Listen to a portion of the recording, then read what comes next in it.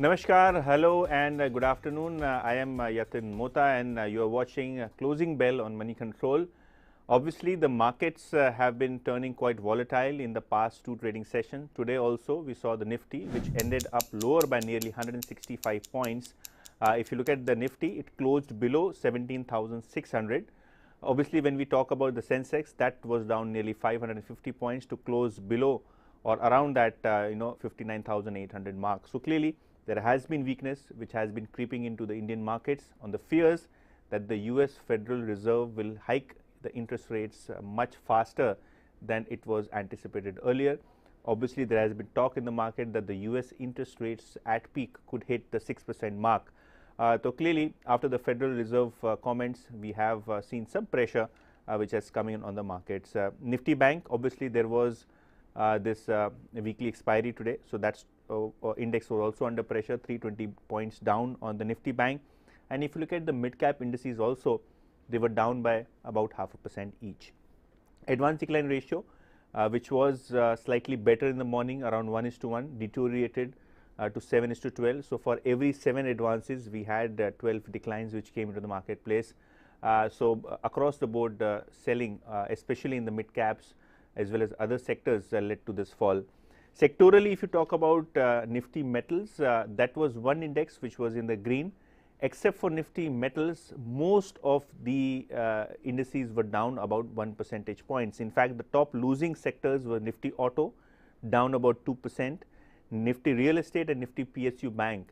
These two indices were also down over 1%. So the pressure really mounting on real estate and banking stocks. Market statistics wise, if you look at the Nifty 50 gainers, we had the likes of Tata Steel. That stock moved up nearly 2%. We'll talk about detail coverage which was done by a brokerage on Tata Steel and why the stock was up. L&T, Bharti Airtel and Axis Bank, these were the other stocks which were gaining in trade. Above 1% is the kind of gain which we saw in all of these stocks. On the losing end, Adani Enterprises, which was on a 6-day winning streak, finally broke that winning streak, and that stock was down nearly 4%. Mahindra and Mahindra, SBI Life and big boy Reliance Industries, all of these stocks down anywhere between 2.5 to 3%. So this was the broad picture of the Nifty 50 stocks. If you look at the mid cap stocks, we had the likes of Electra, that stock was up nearly 19%, and JBM Auto, that stock was up 5%. After the Maharashtra government in its budgets announced that they will be procuring nearly 5,000 electric vehicles and will be converting a majority of fleet into CNG and cleaner buses. After that announcement, both of these stocks were doing well. Shilpa Medicare and Adani Total Gas were the other stocks which were on the gaining side.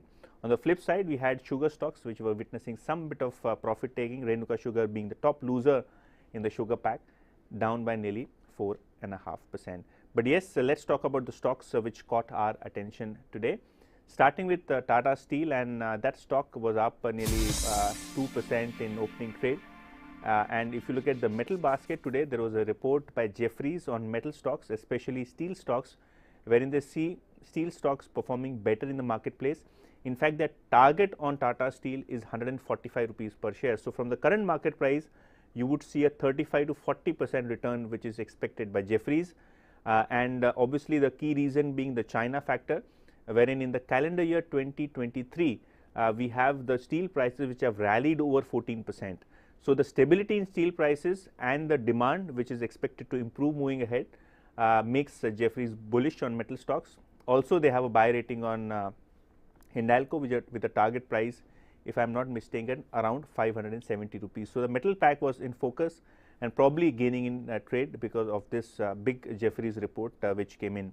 Obviously, overall basis, if you see, the metal stocks have been range bound, especially the likes of Tata Steel, because they are trading in a narrow range. But finally today we saw some good gains coming for Tata Steel in a bad market. So yesterday also the stock was up, today also Tata Steel gaining by nearly 2 percentage points. Apart from Tata Steel, the other stock which was in focus was HomeFirst Finance.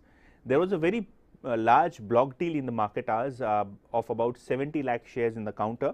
The deals took place between 686 rupees per share to 690 per share, and after this big block deal, the stock fell nearly 7%. So after the deal, usually we see some follow-up buying, but that was not the case in HomeFirst Finance. the stock really took a beating after this block deal, ending down by about 8% around that 680 rupees mark, below the block deal price. So this is about Tata Steel and Home Finance, but let's talk about Bharti Airtel. Now, Bharti Airtel today was the top Nifty gainer, one of them. The stock gained almost 1% in opening trade, and CLSA has a buy rating on Bharti Airtel with a target price of 1015. So from the current market price, again CLSA sees more than 30% upside in the stock.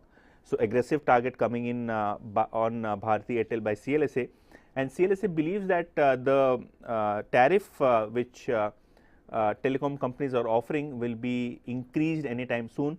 In fact, they are expecting the ARPU to get boosted because of the tariff hikes which are expected from here on.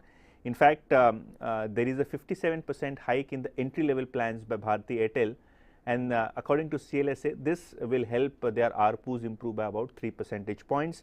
In fact, their CEO Sunil Mittal expects more tariff hikes starting mid of 2023. So from one quarter here on, there could be some telecom tariff hike which the company is expecting, and hence the kind of excitement in the stock we saw in a rather weak market for trade today. So these are the stocks which caught our attention.